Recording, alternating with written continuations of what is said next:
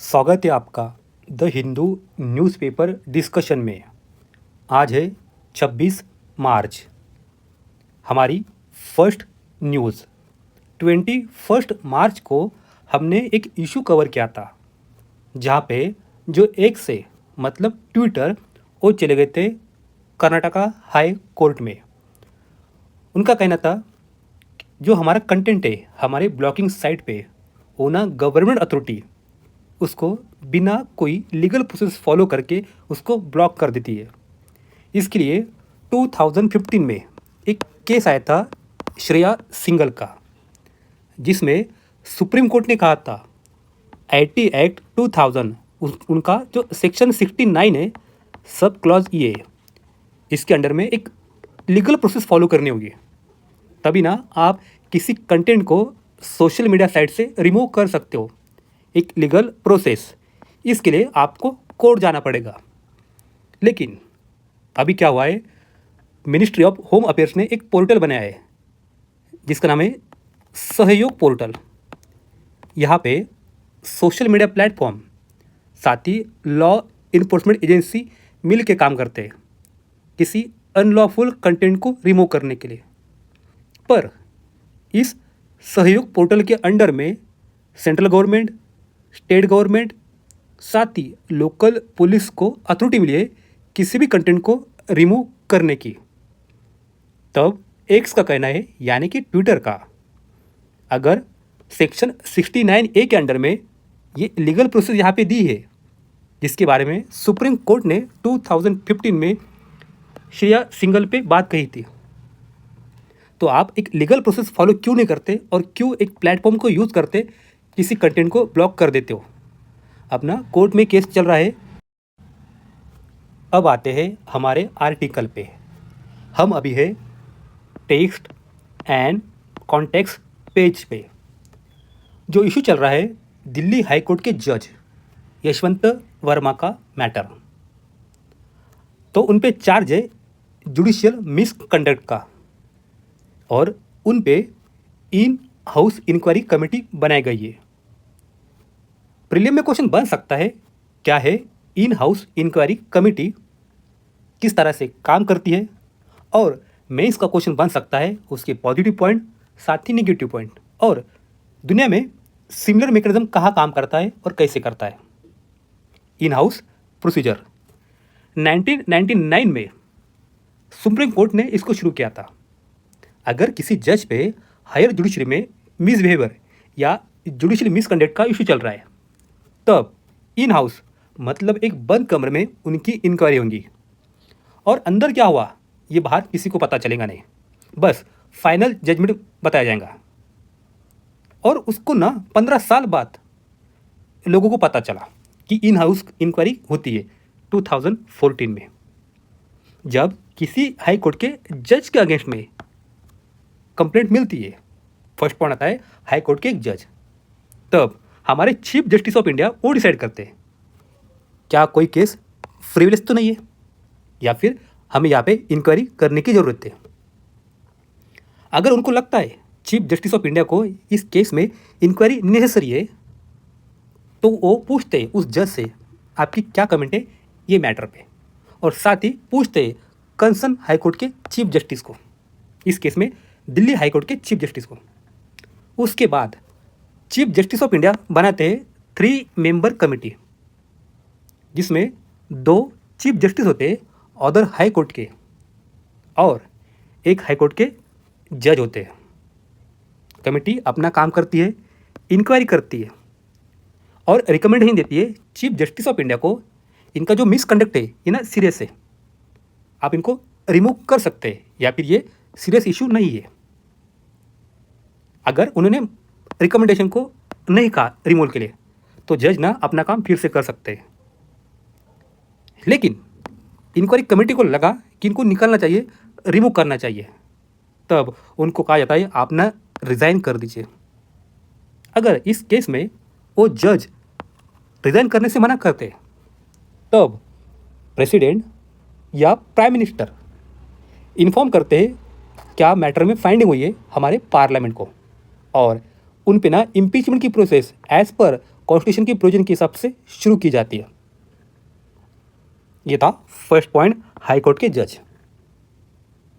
Second आता है any complaint against chief justice of high court. उसके लिए भी ना एक सुप्रीम कोर्ट की कमेटी बनाई जाती है, जिसमें सुप्रीम कोर्ट के जज होते हैं, साथ ही 2 और चीफ जस्टिस होते हैं अदर हाई कोर्ट के।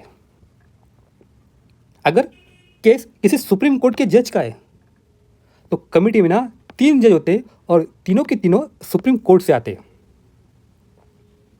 लेकिन यहाँ पे ना मुझे लग रहा है थर्ड पॉइंट मिसिंग है। अगर चीफ जस्टिस ऑफ इंडिया पे इंक्वायरी की केस है तो कौन कमेटी बनाएगा और क्या काम करेगा? तो जो हमारी प्रोसेस है, इन हाउस प्रोसेस, इसमें ना कुछ रिफॉर्म करने की जरूरत है, ऐसा राइटर को लग रहा है। क्योंकि इन हाउस में क्या इंक्वायरी हुई इसके बारे में बाहर किसी को नहीं बताया जाता। हमें ना इस प्रैक्टिस को चेंज करना चाहिए और बताना चाहिए अंदर क्या की फाइंडिंग हुई और किस वजह से जो इंक्वायरी है वो इंस्टिल कर सकती है transparency and competence in all process में। और हम देखते हैं अभी तक किसी भी जज को किसी भी सफर क्रिमिनल पनिशमेंट के लिए पनिश नहीं हुआ है अगर वो गिल्टी भी फाउंड हुई है उनके मिसबिहेवियर के लिए। यूनाइटेड किंगडम में एक ऑटोनॉमस स्टैट्यूटरी ऑफिस है जिसका नाम है जुडिशियल कंडक्ट इन्वेस्टिगेशन ऑफिस। वो ना इन्वेस्टिगेट करते हैं एलिगेशन ऑफ जुडिशियल मिसकंडक्ट। तो ना भारत में भी ऐसी एक ऑटोनॉमस एंड परमानेंट बॉडी चाहिए जो चीफ जस्टिस ऑफ इंडिया के अंडर में काम करे। अगर मेंस में क्वेश्चन आता है ये हमारा वे फॉरवर्ड बन सकता है। और हम देखते हैं एनजैक, national judicial appointment commission and collegium system. अब इसका क्वेश्चन बन सकता है कंपैरिजन का।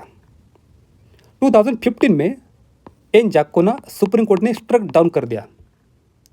उन्होंने कहा इंडिपेंडेंस ऑफ जुडिशरी ये ना बेसिक स्ट्रक्चर है हमारे कॉन्स्टिट्यूशन का। तो ना जो हमारी प्रोसेस थी कॉलेजियम की, जजेस को जजेस अपॉइंट करेंगे, ये कंटिन्यू चलती रही। राइटर कहते हैं आप ना एनजैक को फिर से लाइए, लेकिन उसमें सीजीआई को लीजिए, उसमें लेजिस्लेटर को लीजिए, लॉयर एसोसिएशन को लीजिए और एकेडमिक सेक्टर से भी लोग लीजिए। जिस तरह से काम किया जाता है जुडिशियल सर्विस कमीशन इन साउथ अफ्रीका में। अब चलते हैं आगे।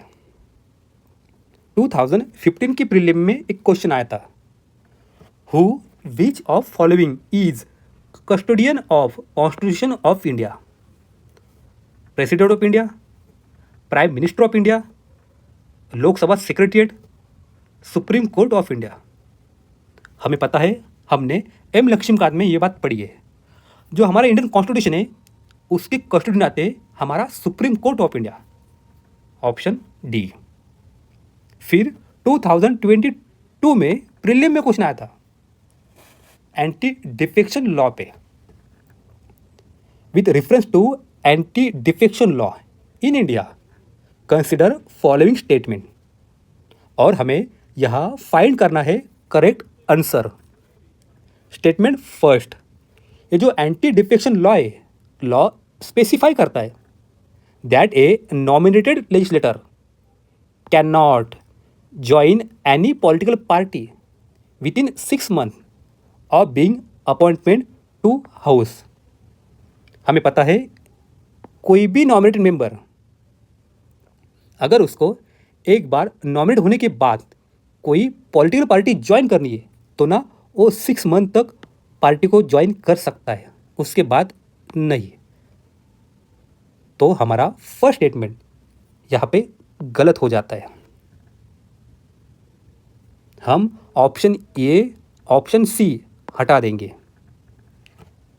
फिर आते हैं सेकंड स्टेटमेंट पे, law does not provide any time frame within which presiding officer has to decide a defection case.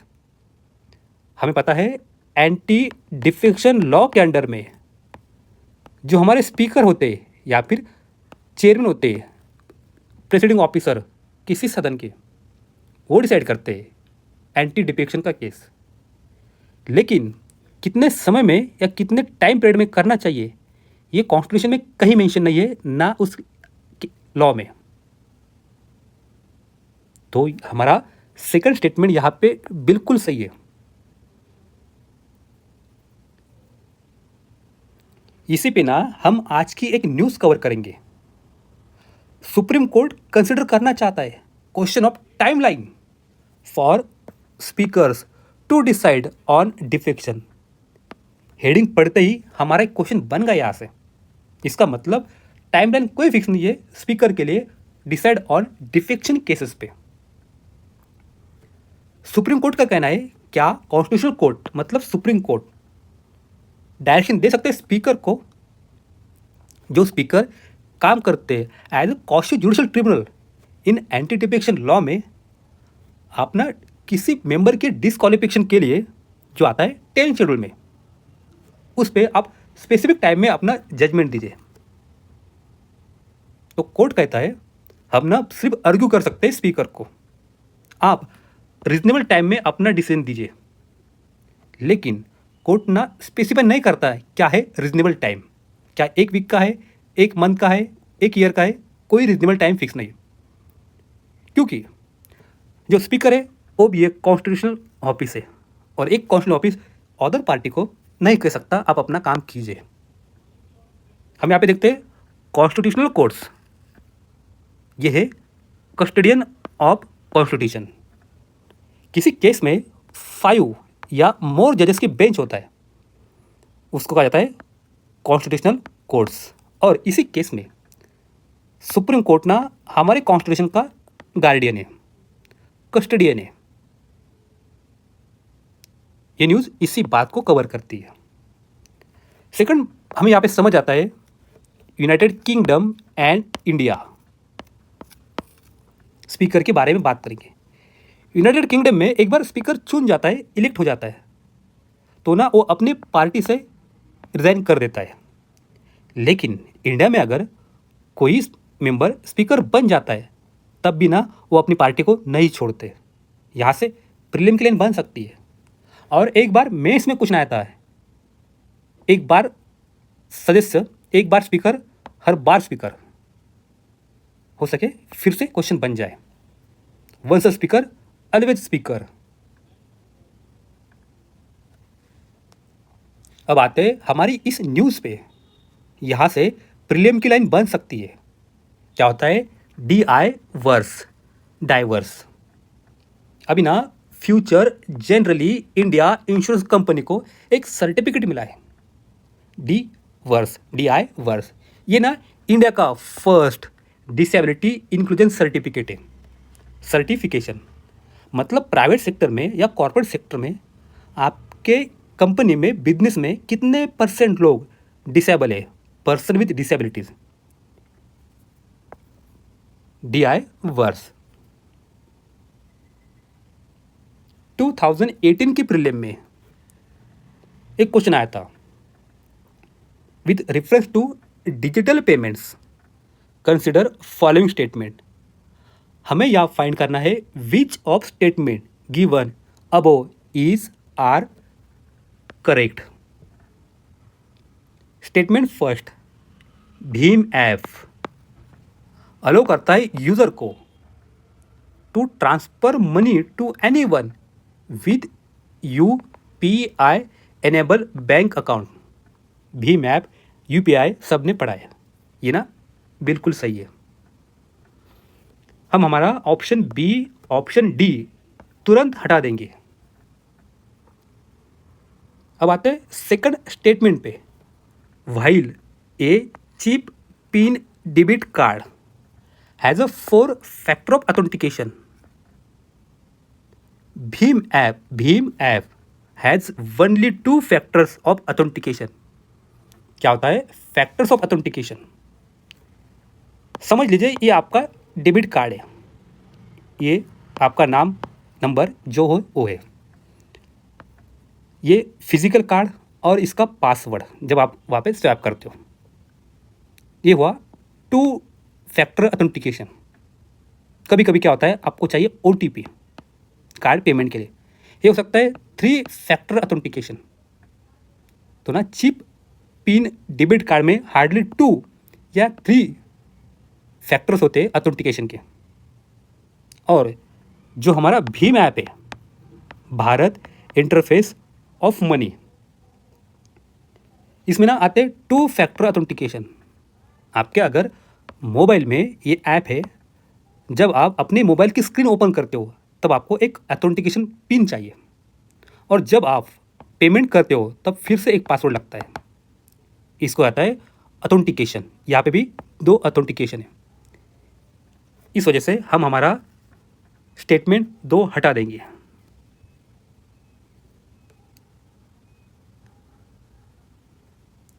तो ना हम एक न्यूज़ कवर करेंगे भीम 3.0 की।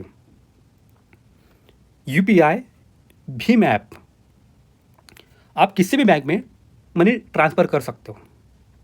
भीम ऐप को डेवलप किया है national payment corporation of India ने, NPCI, Bharat interface for money Bhim 3.0 version.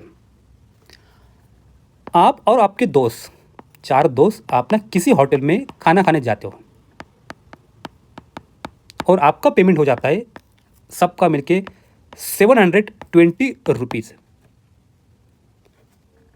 अगर कोई एक पर्सन चाहता है सब मिलके ना अपना अपना पेमेंट करे, TTMM, तू तेरा मैं मेरा, लेकिन बिल तो आपके पास एक ही आएगा ना।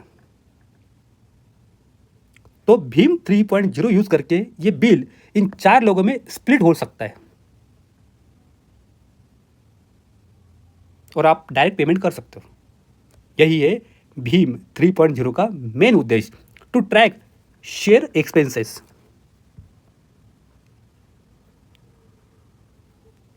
फिर चलते हैं इस न्यूज़ पे। आपको याद है 17 जनवरी को हमने एक न्यूज़ कवर की थी जहाँ पे सिंगापुर के प्रेसिडेंट भारत की विजिट पे आए थे। हमने देखा था भारत सिंगापुर, अभी हमारे जो राजनीतिक संबंध है उसके ना 60 साल पूरे हो गए। यहाँ से क्वेश्चन बन सकता है प्रीलिम में या मेंस में। 1965 में सिंगापुर आज़ाद हुआ था, उसको भी 70 साल हो गए। हो सके GS1 में मेंस में क्वेश्चन बने सिंगापुर के इंडिपेंडेंस पे।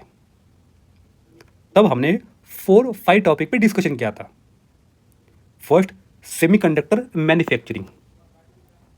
सेकंड, डाटा कॉरिडोर, मतलब हमारे जो फाइनेंशियल इंस्टीट्यूशन है ये ना डाटा को सेफली एंड ट्रस्टेड बेसिस पे एक्सचेंज करेंगे। थर्ड है रिन्यूएबल एनर्जी। और 4 आता है इंडिया का जो ईस्टर्न स्टेट्स है उसमें ना ढेर सारे नेचुरल रिसोर्स है। हम डेवलप करेंगे लॉजिस्टिक, कनेक्टिविटी एंड पेट्रोकेमिकल्स। आज की जो न्यूज़ आई है ये ना इसी बात को कवर करती है। और हम अपग्रेड करेंगे हमारा कॉम्प्रेसिव स्ट्रैटेजिक पार्टनरशिप को। तो आते हैं आज की न्यूज़ पे। इंडिया सिंगापुर एक कॉरिडोर पे काम कर रहे हैं जिसका नाम है green and digital shipping corridor. यहाँ से प्रीलिम की सिंपल लाइन बन सकती है, ये किस देश के बीच में, इंडिया सिंगापुर। और इसमें हम कोलैबोरेट करेंगे मैरीटाइम डिजिटलाइजेशन को एंड डिकार्बोनाइजेशन प्रोजेक्ट को। यहाँ से मेंस का क्वेश्चन बन सकता है।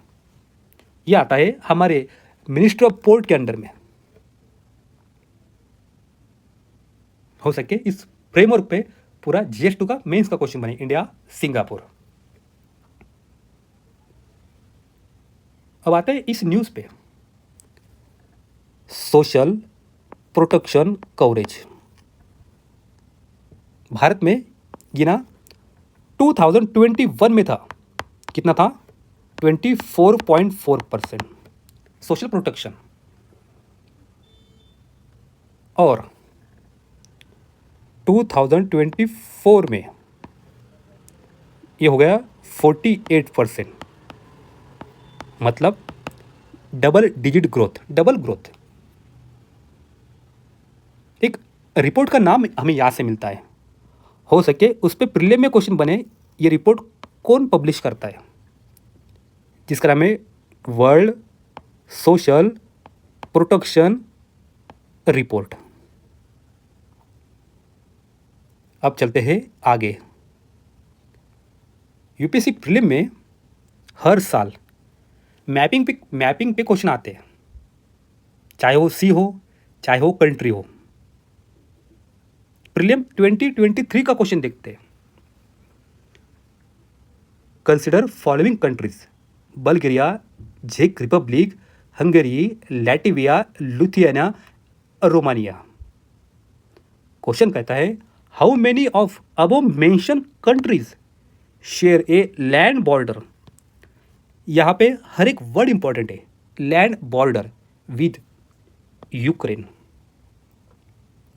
लास्ट 2.5 ईयर से रशिया यूक्रेन का वार चल रहा है और यूपीएससी यही करती है, किसी किसी टॉपिक पे ना वो डायरेक्टली क्वेश्चन बनने से बेटर है इनडायरेक्टली क्वेश्चन पूछ लेती है। यूक्रेन वार चल रहा है, उन्होंने सिंपल पूछा किस देश की सीमाएं यूक्रेन से लगती है, भू सीमाएं। यह है Ukraine. Moldova, Romania, Hungary, Slovakia, Poland, Belarus and Russia, इन सारी कंट्री की लैंड बॉर्डर यूक्रेन से लगती है। क्या हमारे ऑप्शन में बल्गेरिया हमें कहीं दिखा? हमारे मैप में नहीं दिखा, तो हम फर्स्ट हटा देंगे। क्या हमें चेक रिपब्लिक दिखा? नहीं दिखा, हम इसको भी हटा देंगे। क्या हमें हंगरी दिखा? यस, ये बिल्कुल सही है। जैसे हमने फर्स्ट हटा दिया था और हमने सेकंड हटा दिया, हम ना हमारा ऑप्शन डी हटा देंगे। क्या लैटविया आता है? लैटविया तो बाल्टिक कंट्री, काफ़ी ऊपर है। लिथुआनिया भी ऊपर है, 4 भी हट जाएगा, 5 भी हट जाएगा। रोमानिया लगता है। हमें हमारा आंसर यहाँ पे मिल जाता है। हो सके यूक्रेन पे फिर से क्वेश्चन बने। फिर 2024 की प्रीलिम में सिमिलर मैपिंग का क्वेश्चन आया था।